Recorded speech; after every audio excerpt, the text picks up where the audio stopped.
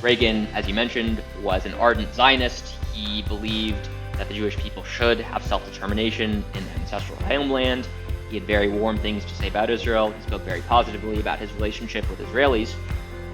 And notably, strategic cooperation increased under Reagan as never before. Daniel Samet, welcome to the show. Great to be with you, Roger. Thanks for having me. This is fun because you are coming from the Reagan Institute. I am coming in from the Reagan Institute, but you're on the first floor in our scholarly corner over there, and I'm coming from our Reaganism studio. You're here today because you're the proud author of a new book, U.S. Defense Policy Toward Israel, A Cold War History, just out from Routledge Press. We had you at the Reagan Institute recently for a book party celebration. And we were in conversation with Dr. Anthony Eames. It was a really wonderful event for the C-SPAN watchers. You can see Daniel there. For the Reaganism viewers and listeners, we have him here. What brought you to write this book on U.S. defense policy towards Israel, Daniel? Thank you again for having me, Roger. The book was initially my dissertation, which I completed recently last year at the University of Texas at Austin. The early seeds of this were formed during my initial policy career, if you will, in Washington when I was just starting out. As a young person trying to break into the foreign policy world, I had exposure to the U.S.-Israel relationship and Israel and Middle East strategy in that capacity. By the time I entered my doctoral program, I knew that I wanted to write about U.S.-Israel relations from a scholarly perspective. And the impetus for this study, which became a book, was a 2007 work by international relations theorists John Mearsheimer and Stephen Walt called The Israel Lobby and U.S. Foreign Policy. It made quite a splash when it came out in 2007, which is 18 years ago now. They argue in that book that a pro-Israel lobby has driven U.S. foreign policy in the Middle East in ways that are injurious to American interests, in ways that actually contravene American aims, American security, and American prosperity. The book was controversial when it came out. A lot of people in the pro-Israel lobby were aghast that they made such an argument, and the book obviously was not well received in Israel either. Curiously, even though many people intuitively knew their argument was wrong, there had been no, as far as I could tell, scholarly full-length takedown of that book. No scholarly full-length takedown of the Mearsheimer-Walt book on the Israel lobby. So people just kind of frowned, shrugged, got angry, but didn't counter? There was no counterpunch? There were in shorter forms. There were articles and op-eds criticizing the book. I think that was part of the response, but also it would behoove people in the scholarly community, which I'm now a member of, I guess, to write responses and to rebut their arguments in book form, which is what I try to do. All right, so that's how we go. Book. We got U.S. defense policy towards Israel. This is, as you said, a counter to the 2000 Mearsheimer-Walt book, the Israel lobby. There, of course, they argued that the U.S., the lobby, the so-called lobby, this nefarious lobby, was convincing our political leaders to do things that were not consistent, with U.S. interests, and these people, these elected officials and policymakers acted against the country's interests because the small lobby was somehow having outsized influence and control. It sort of smacked of like an anti-Semitic screed, and I believe some from the pro-Israel community called it just that back in the day. Your book, which I think is super interesting, says, you know what, I'm going to look at this relationship through a realist lens. In other words, actually see what elected officials, starting with presidents of the United States, but also you deal with the Congress, what decisions they made. And I'd like you to expand on this, but it strikes me what you found was elected officials, presidents, acted consistent with U.S. interests, and those interests drove them at times to be supportive of Israel and at times not to be supportive of Israel. In other words, there was one commonality across decision-making as it relates to Israel by U.S. presidents especially, and that was they were exercising and pursuing what they viewed as the American interest. And in no way, I don't know, I'll speak absolutely, you can pare it back, was the Israel lobby somehow driving these actors against U.S. interests. In fact, I think you're right that they had almost marginal influence, perhaps less influence than you anticipated. React to that and tell me what you found. Precisely, Roger. That's a good summary both of the Mearsheimer Walt book and my own. I figured going in that the lobby played a minor role in the making of U.S. foreign policy when it came to Israel policy. However, I was struck by, after perusing the archives in presidential libraries and congressional papers, just how little the lobby actually appears in the documentary record. It's almost absent. What is prevalent in the documentary record, on the other hand, is questions of U.S. interests, whether one policy or another advanced American security, American prosperity, and American liberty. American officials, you mentioned presidents, I would throw in vice presidents depending on administration, certainly cabinet officials like secretaries of state, defense, treasury, energy, and their subordinates at various agencies throughout the executive branch were preoccupied with these questions. Now, when it comes to foreign policy, the stakes are very high. We're talking matters of life and death. We're talking matters of war and peace. We're talking matters of being rich or being poor. We're talking matters of energy security or energy insecurity, questions of whether the Soviets are on the offensive or on the defensive. This is pretty serious stuff. Now, these officials were not in thrall to an Israel lobby, which I already had very, very little influence. I'm not going to say no influence whatsoever, but I think their influence has been vastly overstated. They were in thrall to these American interests, these questions of national security. That's the point that I really wanted to drive home again and again in this book. You mentioned that at times these officials implemented policies that were more supportive of Israel, and at times implemented policies that were less supportive of Israel. That's also true. I also wanted to bring to the fore these points of friction in the relationship, many of which are not particularly well known, that I think deserve to be discussed and debated, because they are as much a part of the U.S.-Israel relationship as the points of harmony. Right. So it's valuable to look at the points of friction just to understand the relationship and the challenges it's faced and how we entered those disagreements, how we overcame them or changed the result of them, but also hits the underlying kind of goal because, right, if there's friction, if we're doing things as a country, that is the United States, that goes counter to what Israel wants, then clearly such a lobby that is taking up Israel's cause is not being, it's not winning. Yes, and Roger, I know you have a family, and I presume that many, if not most of the people listening to this have families of their own. No family gets along 100% of the time. Now, if people from one family don't get along 100% of the time, why would we expect people from other countries, let alone other governments, to get along 100% of the time? It just does not happen. These points of friction are numerous in the book. I'm happy to tease out a few of you, Roger, if you want. Yeah, I want to go into some of them in a minute as it relates to Reagan, but I do want to kind of point out an irony. I'd love to get your reaction to it, because I think the moment where you had some sort of a lobby, it really wasn't a formal lobby at the time, but it existed, where you had the highest or most impact, I'd put it, was with Truman and the recognition of the state of Israel.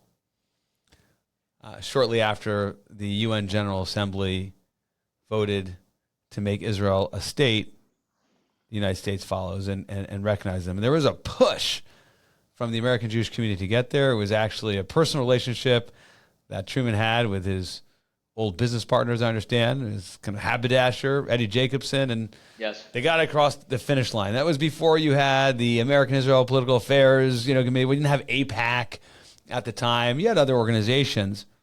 That may be the one case, because the president and his aide, you can elaborate on this, did not take the advice, not follow the advice of his, Secretary of State and Marshall and others. That might be the high watermark. And then as you develop this lobby over the years, and you can point to some of the biggest examples, I think of President Obama and the JCPOA, the Iran deal, where AIPAC and provisional members of Congress, in a bipartisan way at times, absolutely challenged the president's deal with Iran. The lobby didn't succeed, right? That was at a moment where it was an issue. You thought American political support was behind. You had these sophisticated, organized lobby organizations, and they just fell short. There's no way to put it. But give me your take on that. Let me say this on 1948 very quickly. The recognition of Israel by the Truman administration is actually not really in my book. My book is concerned mostly with matters of hard power, the defense relationship, arms sales, intelligence sharing, that sort of thing. But I have actually looked at some of the documents pertaining to recognition. There is one conversation that is absolutely fascinating right before Israeli independence took effect in mid-May of 48. It's a memorandum of conversation between President Truman and some of his key aides, notably Secretary of State George C. Marshall, who, like virtually everyone in the Department of State, was adamantly against recognition of the soon-to-be new state of Israel. The argument at state was, as I recall, there are a lot more Arabs than there are Jews in the Middle East. Numbers game. Can't afford, yes, it's a numbers game. We can't afford to alienate them. We need allies against the Soviet Union. This is a simple mathematical question. They have lots of oil. There are no significant energy reserves in mandatory Palestine, in the Holy Land, if you will. Our interests demand that we side with the Arabs over the Jews. Truman disagreed, as well as a certain advisor named Clark Clifford. Their view was, this is the right thing. This is not only the right thing to do, this is the right thing to do for American interests. The Jews, the state of Israel, they're going to be a reliable partner of the United States. And frankly, the Arabs need us a lot more than we need them. They will partner with us even if we recognize the state of Israel. Truman famously recognized Israel a mere 11 minutes into his existence, and in doing so, he has been seen as a very pro-Israel figure. That is true, but if you look at the totality of his administration after recognition, which admittedly was a big thing, he didn't sell Israel any weapons of significance, yes, despite the Israeli government's near constant demands for those weapons, and he really kept the security partnership to a minimum. He met with David Ben-Gurion, who was very complimentary of Truman, but nonetheless, Ben-Gurion and the rest of the Israeli government wanted American weapons. The logic that Truman and his administration hewed pretty closely to was that of keeping the Middle East as quiet as possible. They thought that instability would invite the Soviet Union, which at the time was America's nemesis, into the region. They thought the Soviet Union would exploit that chaos to its own advantage. And they thought that arming either the Jews or the Arabs would be a fool's errand. Therefore, it was best not to sell any weapons to any belligerent, either the Arabs or the Jews. That was the logic under Truman, and it remained the logic under Eisenhower up until President Kennedy. Yeah, I want to talk in a minute about how it shifted under President Kennedy, but you did mention Clark Clifford, which is someone we generally don't celebrate here on the Reaganism podcast. He referred to President Reagan as the amiable dunce, and of course, that made him an infamous character here in Reaganland, and just entirely disproven by you and other scholars who study Reagan. But in this one regard, we give him credit in terms of the advice he gave President Truman. Let's shift when things changed in terms of the secure relationship. And before you go into what happened during the Kennedy administration, explain for just a minute or two why, if your goal here in the scholarship was to take on the Mearsheimer Walt canard, that's my words, not yours, did you look at the Israel-U.S. relationship through the lens of defense policy, security policy, as opposed to diplomacy? What was it about the security relationship you felt that would position your work to be the best way to counter and knock out what Mearsheimer and Walt put forward back in 2007? In my assessment, questions of national defense and security are where a country really shows its true colors. When the chips are down, when the stakes are so high, true motivations, intentions, and capabilities are going to come through. The U.S.-Israel relationship is often imputed, erroneously, in my view, to Judeo-Christian values, liberal democratic values, human rights, cultural affinities, that sort of thing. People can believe what they want. However, the evidence does not bear that conclusion out. It does not really matter to American security whether there are gay pride parades in Tel Aviv, for example. What matters to American security is what the Israelis bring to the table in terms of their capabilities and whether or not they're using their capabilities in ways that are advantageous to the United States and to our interests. The other things I would say are window dressing that are often used in venues of advocacy. I'm not going to get into what other people do really in their own time and how they choose to spend it, but I can say after having looked at the documentary record, looked at the archives, and tried to get myself into the position, decades after the fact, of officials who were making these decisions, that interests were king. Values hardly figured at all. So what happened under Kennedy? Why did it shift? It shifted in one key way. The logic under Kennedy remained the same. Kennedy, like Eisenhower and Truman before him, was deeply concerned about Soviet advances all around the world, including in the Third World, the Middle East, Sub-Saharan Africa, Latin America, as well as the priority theaters in Europe and Asia. When it came to the Middle East, many of the people in the Department of State, for example, remained averse to arming the Israelis. Some of them were pretty hostile to Israel. One can debate whether they were anti-Semites or not. I don't touch that Certainly question. Arabists. I think that's fair. That term is often thrown around.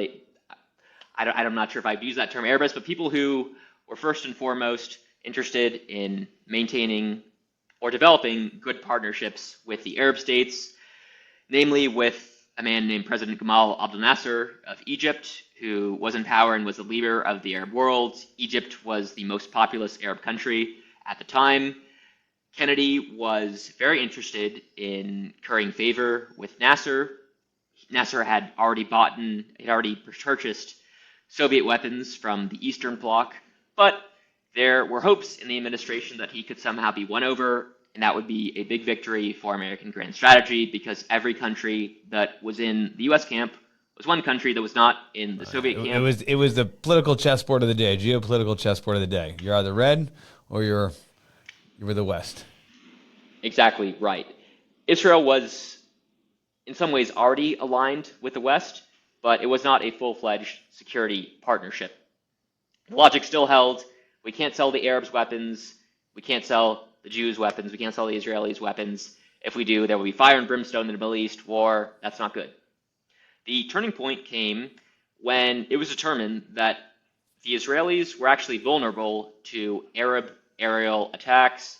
The Arab had lots of advanced warplanes from the Eastern Bloc, these high-tech, advanced Soviet planes that threatened Israel and therefore threatened war. Actually, perhaps viewers on this podcast and others don't know that the French were the primary arms suppliers of the Israelis at this time. They were getting planes and other things, other weapons from the French. The Israelis kept coming to the Americans and saying, we're vulnerable to Arab aerial attacks. We need you to sell us, at a minimum, anti-aircraft missiles. In particular, they wanted the Hawk, which at the time was the state-of-the-art surface-to-air missile that could be used against advanced enemy warplanes. Kennedy, after asking others in his administration to reach a determination, was convinced by arguments that Israel actually needed these weapons. But they were defensive in nature, which gets to the point about the interest here, right? That the idea was the best way to prevent war from the map changing the Middle East was to give security assistance to the state of Israel, pretty much defensive. Yes, Kennedy and his administration, many of officials in his administration wanted the Israelis to have a strong deterrent on the defensive side to deter Arab attacks from the air. They weren't prepared quite yet to give the Israelis offensive weapons, namely fighters, but they wanted them to have these surface-to-air missiles. In 1962, Kennedy agreed to provide Hawks to the Israelis. This was a real turning point because for the first time, Israel would get major advanced American weapons. The Israelis were obviously very happy. Kennedy and his administration really didn't care about the Israelis' feelings. They cared about whether American security was going to be advanced by purchases like these. When does it advance from defensive in nature to actually putting the thumb on the scale and saying we view Israel as a special relationship? We want to really invest in their security. Of course, Israel wins the Six-Day War in 1967. 1973 is the Yom Kippur War, surprise attack. Huge effort on the part of the Nixon administration, parenthetically, not somebody who was a huge fan of Israel per se, but again, saw the geopolitical chess match of the Cold War, one that would drive the U.S. to make sure Israel didn't lose. Enter Kissinger to make sure that Israel did not lose the Yom Kippur War. Again, that just tries to keep this equilibrium in the Middle East. When do we move as a country to want to see Israel become this dominant player and have this special relationship? That word special, as Anthony Eames discussed with you during your book event. I would say the next major turning point in that regard came under Kennedy's successor, Lyndon Johnson. It was actually Kennedy who, to my knowledge, was the first president to use the term special relationship, which he did in conversation with Golda Meir in Palm Beach, Florida at the end of 1962. However, just selling the Hawk surface-to-air missile was not enough to amount to a special relationship, in my view. Johnson comes in November of 63. He shares Kennedy's priorities in the Middle East, and then he doubles down on them. He really didn't think some of these Arab states were going to be good partners. He thought he should partner with states with which the United States had shared interests, but he grew averse to the idea of Nasser. He didn't really think Nasser would be a reliable partner after all. He thought that he was too close to the Soviets, and there really wasn't much evidence that Nasser was coming into the American camp. However, he saw the Israelis and the Jordanians actually as good partners for the United States, and he decided to sell both the Jordanians and the Israelis warplanes. This was going to be the major weapons sale. He saw that as two sides of the same coin. The Jordanians were not a radical. They were an Arab regime, but they were not a radical Arab regime. They wanted distance between a monarchy themselves you could work with. and the Soviet Union, yes. A repressive monarchy, a U.S.-aligned monarchy. Johnson wanted to maintain them in the American corner, and he wanted to double down on the partnership with the Israelis. He thought that giving them advanced weapons was a suitable price to pay. He gave them tanks, M48 Patton tanks. He gave them A4 Skyhawks. And toward the end of his administration, he gave them F4 Phantoms, which were a superb, cutting-edge plane that really came to renown during the Vietnam War. That was Johnson's calculation. He thought Israel was a natural partner of the United States. There were many shared interests. It was a friendly country. It was not aligned at all with the Soviet Union. In fact, it was opposed to Soviet aims in the region because the Soviets were supporting Israel's enemies. Johnson thought this was a no-brainer, and he agreed to provide them offensive weapons, which set an important precedent for future administrations. So, the Cold War map continued to work, I guess, in favor of a deeper U.S.-Israel security relationship. Now, as much as you're focused on defense policy, the diplomacy does impact this. I mean, you think about the Carter administration and the Camp David Accords and the peace between Egypt and the State of Israel. They were interested in peacemaking, but they were also interested in the assistance they would get from the United States, that is each country, as a result of striking that deal. And that famous picture of Carter and Sadat and Begin, right? There was a check at some point coming out of Carter to each of those countries that really increased, in Israel's case, their security assistance. at least for Israel, that made it more special.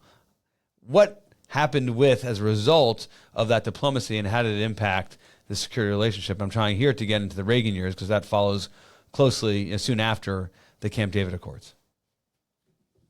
Diplomacy and arms sales were sometimes at odds, and sometimes they worked in conjunction with one another. There were certainly tension between the two.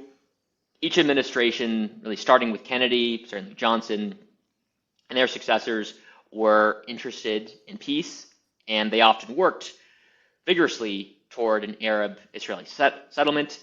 However, sometimes events derailed progress, and some administrations were more committed to those negotiations than others. Actually, Nixon and Ford were both heavily invested in Arab-Israeli talks, and there was progress to a large degree in the wake of the Yom Kippur War, with a few preliminary agreements between the Israelis and the Arabs. When it came to Carter, Carter is often seen as a president hostile to Israel. I think there's a lot of truth to that characterization. He still believed it was a worthwhile security partner for the United States, but he saw it through the purported Israeli intransigence as impinging on American aims in the region. He believed and hoped that if the Israelis and the Arabs were able to reach some sort of understanding and make peace with one another, that would redound to America's advantage. Other presidents also believed that, but they weren't willing to exert so much pressure on the Israelis that Israel's security was weakened as a result. They believed, first and foremost, in having a strong Israel, and that perhaps in having a strong Israel, Carter flipped that. It was if you want to maintain, if you want to continue to get this assistance, you got to make a deal. He did. He exerted a ton of pressure on the Israelis. He was blocking some of their arms transfers in Ecuador.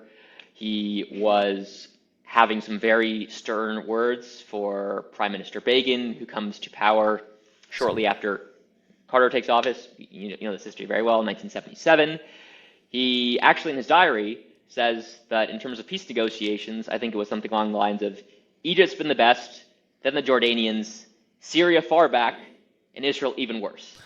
He was very critical of the Israelis. That was not a good working relationship, President Carter and Prime Minister Begin. That was full of of conflict. Stu Eisenstadt, who was one of Carter's key advisors, told me, if I'm remembering correctly, it was like oil and water. Yeah. Begin and Carter did not take kindly to one another.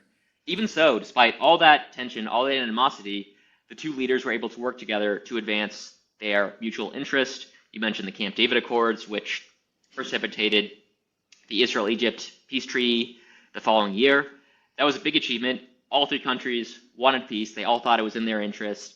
And the Carter administration was willing to broker that because it saw it as consistent with American grand strategy. We'll consolidate Israel's security, and we'll also gain a big partner in Egypt. We'll sell them weapons as a result. They'll be in our camp. That's great. It's a no-brainer. It's a win-win. We've got to do this. That was the calculus. And the impact on the security relationship that came out of that. Didn't security assistance increase as a result? Yes. Egypt, I think, had already been getting economic aid from the United States, and as a result, it was getting military aid as well. In fact, there was, I know we'll probably talk about an infamous arms package in a minute, but there was actually an arms package under Carter in 1978 that held, we're going to sell planes to the Israelis, the Saudis, and the Egyptians. It ended up going through, but the purportedly all-powerful Israel lobby was vigorously opposed to this package because it didn't want the Saudis and the Egyptians to have these arms. The administration said, thank you very much for your opinion. We're going to forge ahead with this anyway, despite your reservations, and the administration got its way. Enter President Reagan. We got remaining time. Let's focus on the Reagan administration. No, to that point, there was no greater supporter of Israel in the Oval Office. Identified as a Zionist, it was generally viewed that Reagan would be the best supporter Israel could ever get as a U.S. president, or had gotten to date. And then it's immediately riddled with challenges. I mean, you have Begin's personality, which was difficult, even you put Carter aside. You have the AWACS sale, where Congress does not want to approve a sale of the sophisticated, kind of reconnaissance aircraft that Reagan wants to provide to Saudi Arabia. And then you have Israel's attack on Iraq's Osirak nuclear site. What a mess for a president who comes in inclined to support the state of Israel, and it's all about security issues. Let me start by mentioning briefly the high points in the relationship, in the U.S.-Israel relationship under Reagan. Reagan, as you mentioned, was an ardent Zionist. He believed that the Jewish people should have self-determination in their ancestral homeland. He had very warm things to say about Israel. He spoke very positively about his relationship with Israelis. And notably, strategic cooperation increased under Reagan as never before. There were two agreements, one at the beginning of his presidency and one at the end, that deepened strategic planning between the two countries. We're not working with a ton of declassified information in this respect, but I can say with confidence that there was I've actually done some research, not with the focus you've had, but looking at what Reagan's Secretary of Defense was up to, Cap Weinberger, and it is remarkable to me the level of collaboration between Israel and their Ministry of Defense and the Pentagon during those years. And we'll talk about some of the challenges the security relationship faced, but you could tell it was deepening, week after week, month after month, year after year during the Reagan administration, despite all of that. And it's probably a story in its own right. But go ahead. So those are the things that the direction Reagan wanted to go, but there were bumps along the road. There were. The first bump came in June of 1981, June 7 to be precise. The Israelis bombed the Osirak reactor in Iraq, which they feared would give the Iraqis, a mortal enemy of Israel, a nuclear weapon that was unacceptable to the Israelis. The Reagan administration was in the dark about this raid. They didn't know what was going to happen. There was some punishment meted out by the administration after the raid. The administration held up the delivery of 4 F-16s to Israel, and it supported a resolution of condemnation at the United Nations. It actually voted with the rest of the world on this question when the United States historically had opposed anti-Israel measures at the U.S. This is just one of those moments that kind of run counter to people's historical constructs. Somewhat, it doesn't align, so it's forgotten or ignored. You have Israel, what I think, using 2020 hindsight, would say did the world a favor by removing a nuclear site, a nuclear reactor from Saddam Hussein's Iraq. But at the time, the Reagan administration, Reagan's own view, he seemed to not be as bothered. My take. Yes, 44 years later, I think it would be hard to find many Republicans who think this is a bad idea. But at the time, it was different. Right, at the time it was different, and that's the kind of important and interesting and question how you learn from it. But yeah, you held up the F-16 package to Israel, and then in my mind, there are two things. If you're pro-Israel, you are able to kind of burnish your record. One is you support the security assistance vote. So if you're president, you're sending over the security assistance, or if you're a member of Congress, you vote for it. And two, you protect Israel in the United Nations, because there's always more countries that are anti-Israel sitting in that General Assembly than who are for it, or certainly in a Security Council. And a pro-Israel president is going to protect Israel. And then after this, the Reagan administration actually did not side with Israel. I mean, it's just remarkable.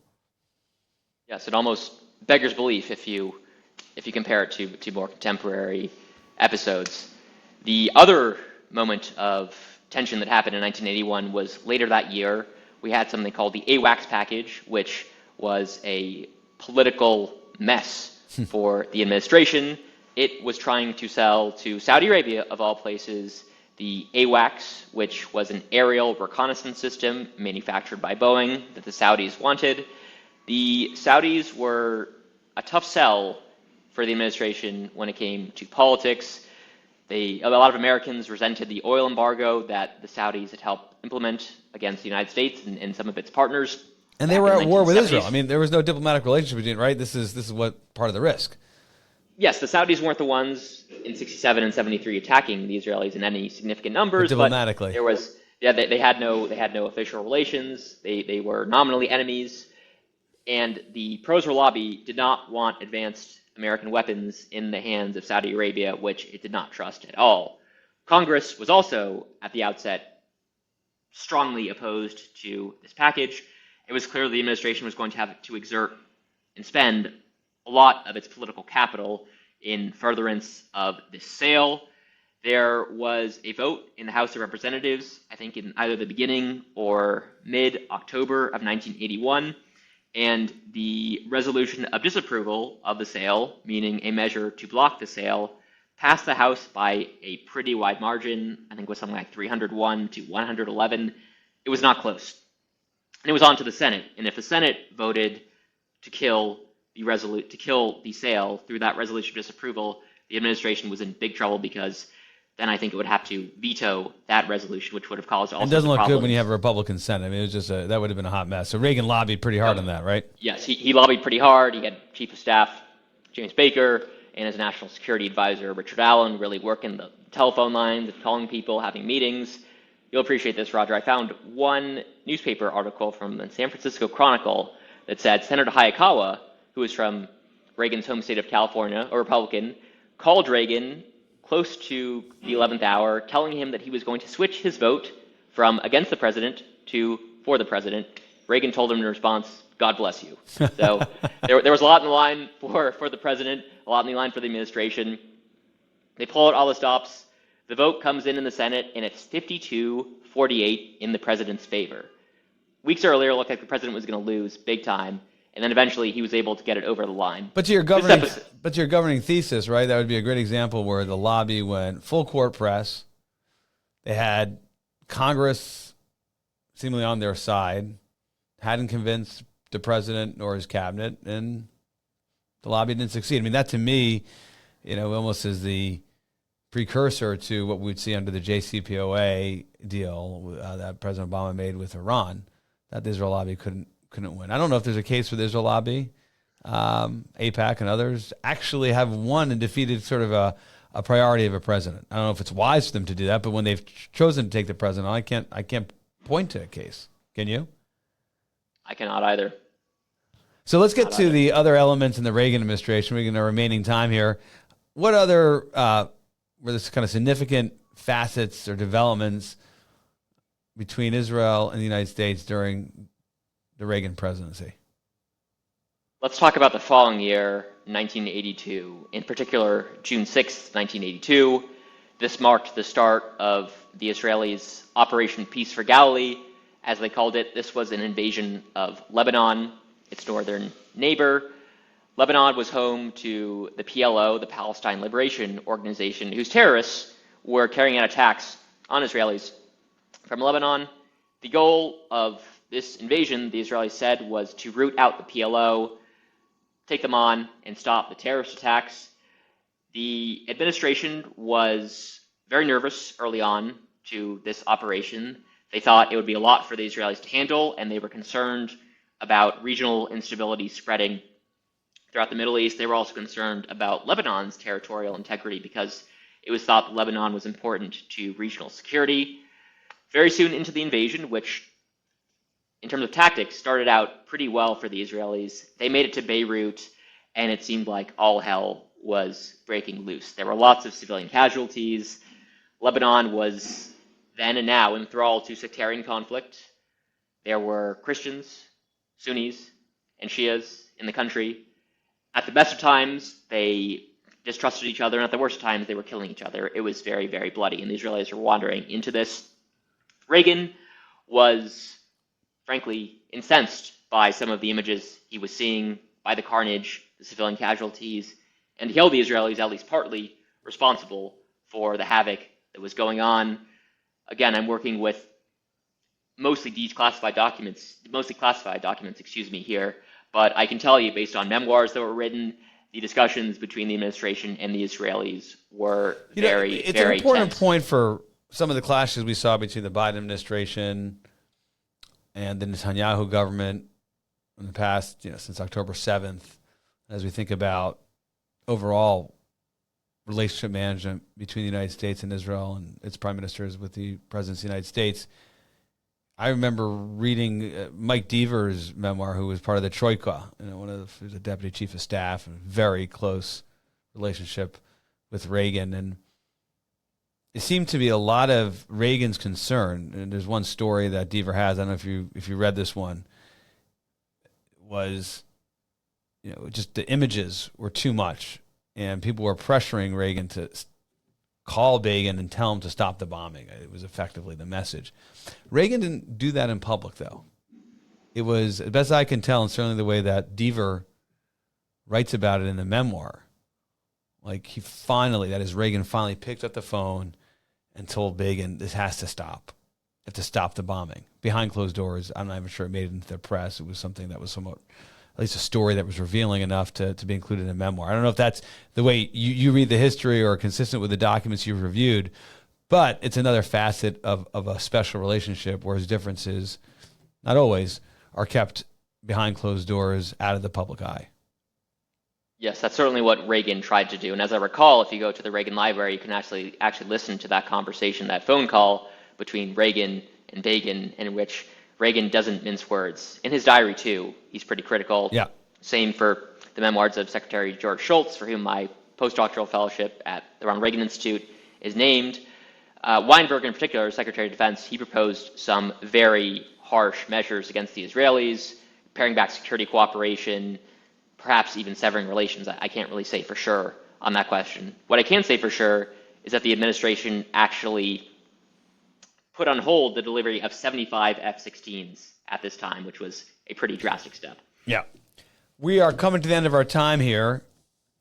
I got one more question for you on Reagan. We didn't get to the Lavi fighter, which, of course, my father was the person kind of leading that file on behalf of Secretary Weinberger and President Reagan in terms of convincing the Israelis that they didn't need their own fighter aircraft. They should buy US F-16s. And at the time, it was a great debate. Now it's viewed as, well, certainly conveniently, if your last name's Zakheim, that it led to an amazing, almost renaissance or flowering of an Israeli technology in the aerospace and defense sector. But here's what I wanted to go with in the last minutes we have before we go to our lightning round. It goes to the core of your thesis, which is it's interests that govern the U.S.-Israel relationship, not a lobby and not even values per se. I want you to react to remarks by President Reagan at a welcome ceremony for President Herzog, the president of Israel, in November of 1987. And perhaps, Daniel, just contextualize the language President Reagan uses and how it aligns with your view of interest governs, perhaps secondary to values. This is what Reagan said about Israel. Quote, Israel and the United States have been partners for 40 years. We are brought together by a shared commitment to democracy, to an open society, to individual achievement and economic progress, and to dignity and worth of each and every individual. And we stand together in defense of these values against those who would destroy them. Our strategic cooperation is proof of that. Implication of President Reagan's words is that the strategic cooperation is a result of shared values, not U.S. narrow interests. What's your reaction? I would say first of all, there's an implication in there that the Soviet Union is not mentioned, but of course it's the elephant in the room. Both the United States and the Israelis were working to contravene Soviet aims in the Middle East. Again, on this question of values and interests, I think in Reagan's own words, you can tell that this was a relationship based on strategic cooperation, based on arms sales, based on intelligence sharing, based on all those wonderful things that are in my book and that make up a strategic partnership between two countries. Those are the most pressing matters of state, most pressing matters of statecraft. Those are why one country chooses to be in a partnership or in a full-fledged alliance with another. It's working towards these common goals and often against common enemies like the Soviet Union. That's the core of this security partnership and other security partnerships. So behind Reagan's language of shared commitment to democracy, open society, individual achievement, economic progress, dignity and worth of each and every individual, what he's really talking about is you're with us and not with the Soviet Union. Yes, because the Soviets had none of those things. They had no democracy. They had no open society. They had no liberal values. Well, we'll have to have you back to debate this out a little bit more, but a great contribution nonetheless. Congratulations on your work.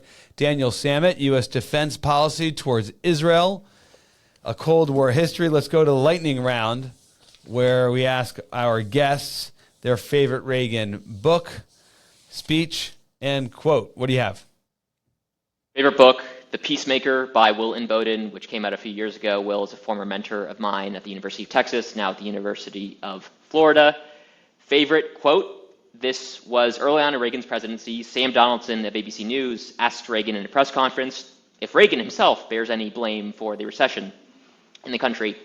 Reagan's response, without missing a beat, is, yes, because for many years I was a Democrat. And the favorite speech, I have many, but it's got to be the boys of Pointe-du-Hoc, 1984, June 6, 1984. These are the boys of Pointe-du-Hoc. These are the men who took the cliffs. These are the champions who helped free a continent. These are the heroes who helped end a war. Remarkable. Great speech. One that is often mentioned here and worthy of every mention. Dr. Daniel Samet, congrats on your success with the publication of your book, for being an outstanding visiting fellow here at the Reagan Institute. We wish you much success. For those interested, please go on Amazon and order Daniel's book, Routledge Press, U.S. Defense Policy Towards Israel. Thanks so much. Thanks again, Roger.